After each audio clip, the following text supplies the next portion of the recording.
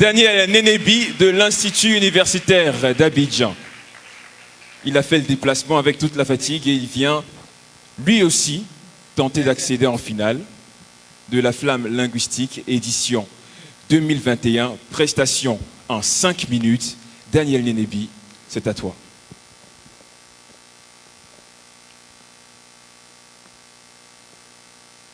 Un,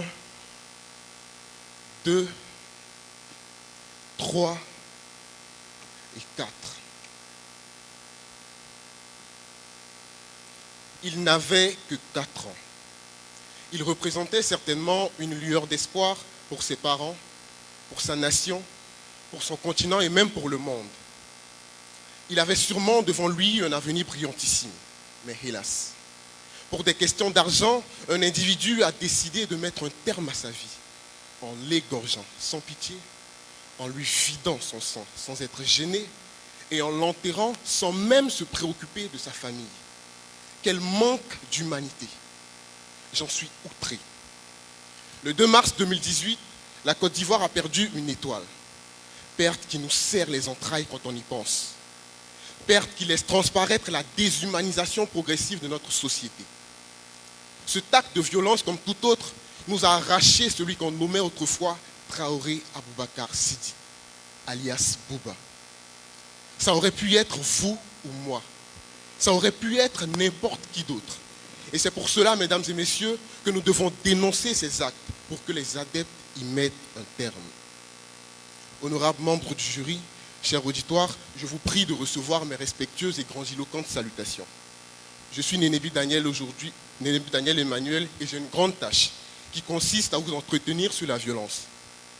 Permettez-moi d'écarter toute ambiguïté sur la notion en la définissant. Selon l'Organisation mondiale de la santé, la violence désigne l'utilisation intentionnelle de la force physique, des menaces contre soi-même ou contre les autres qui entraînent ou risquent fortement d'entraîner des dommages physiques, psychologiques ou un décès. Cette notion peut arborer plusieurs facettes ou casquettes. Il consistera dans mon allocution de vous dissuader sur le recours à la violence en présentant en primo les différentes formes de violence avant de voir en secondo les conséquences liées à celle-ci. La violence peut revêtir plusieurs tuniques. D'abord, la violence physique qui se matérialise généralement par les bastonnades. Elle est reconnue par les traces laissées sur le corps des victimes lorsqu'elles ont la chance d'en sortir vivantes. De nombreuses personnes ont trépassé du fait de cette forme de violence. C'est notamment le cas du regretté afro-américain George Floyd, qui fut étranglé publiquement par un policier aux États-Unis. Par ailleurs, la violence peut être psychologique ou verbale. Et là, elle désigne majoritairement des actions ou des manques qui produisent des effets psychologiques particulièrement destructeurs. Elle se traduit entre autres par le rejet, l'intimidation, l'humiliation, le harcèlement scolaire, les injures et j'en passe. En parlant de violence psychologique ou verbale, mesdames et messieurs, honorables membres du jury, je pense à ces millions de personnes à travers le monde qui sont rejetées, injuriées et même marginalisées à cause de leur couleur de peau, de leur appartenance sexuelle ou même pire, de leurs convictions religieuses. Il est également pénible de constater que les plus affectés par ces différentes formes de violence sont en majorité les femmes, les enfants, les handicapés ou même les personnes âgées. Toutefois, qu'elle soit physique, psychologique ou verbale, la violence produit tel un poison des conséquences fâcheuses tant sur la victime que sur la société. Chez les victimes, elle provoque des problèmes de santé chronique, des blessures, des troubles et même la mort.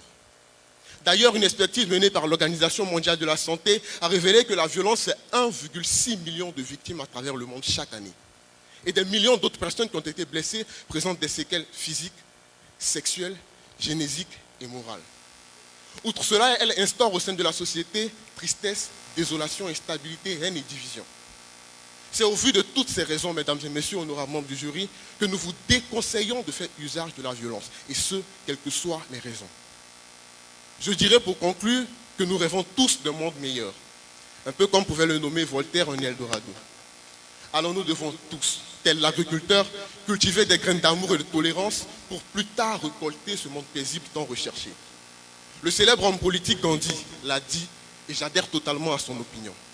Je m'oppose à la violence parce que lorsqu'elle semble engendrer le bien qui en résulte n'est que transitoire, tandis que le mal produit est permanent. Je vous remercie. À 33 secondes de la fin, il était dans le temps. Daniel Nénébi de l'Institut universitaire d'Abidjan. Félicitations, et donc nous poursuivons avec notre prochain candidat qui nous vient de l'INPHP, mais bien avant.